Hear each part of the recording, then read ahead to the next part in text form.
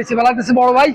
হ্যাঁ ডাক্তার সাহেব, ওই সে আমার নিয়ে, আমার ছোট ভাই যে মারা গেছে, ও আমার নিয়ে গেছে সেই গাছ ঠেয়ানোর জন্য, যে গাছ আমি লাগাইছি, আমার লাগানো গাছ বেচা যাবে না, এই তর্ক বিতর্কে তারা গুলি করে মারছে।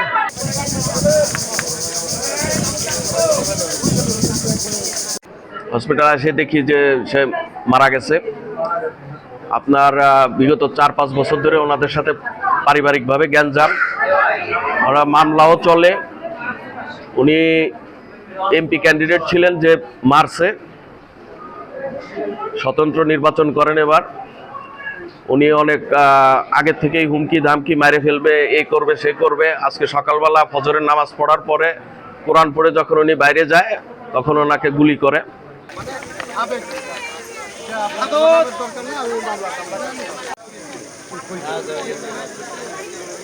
আশেপাশের চাচাতো ভাইটাই এদের এইভাবে, এদের কারোর সাথে সম্পৃক্ততা নাই, একান্তই নিচে পারিবারিক সম্পত্তি নিয়ে দীর্ঘদিন এই ডাক্তার সাহেব প্লাস এই হুমায়ুন কবির মিন্টু যে ভিকটিম মারা গেছে, অনেক মালি মামলাও তার সাথে রয়েছে। সে তার ভাইকে শটগান দিয়ে গুলি করছে। সামান্য জমি জমা নিয়ে তাদের যে বিরোধ আগে থেকে চলে আসতেছে, সেই বিরোধের জোর ধরে সকালে গাছ কাটা নিয়ে মিন্টু গাছ কাটতেছিল, তখন উনি বাড়ির থেকে আসার পথে তার শটগান লাইসেন্স নিয়ে এসে তর্কতর্কির এক পর্যায়ে গুলি করছে। গুলি করার কারণে মিন্টু মারা গেছে।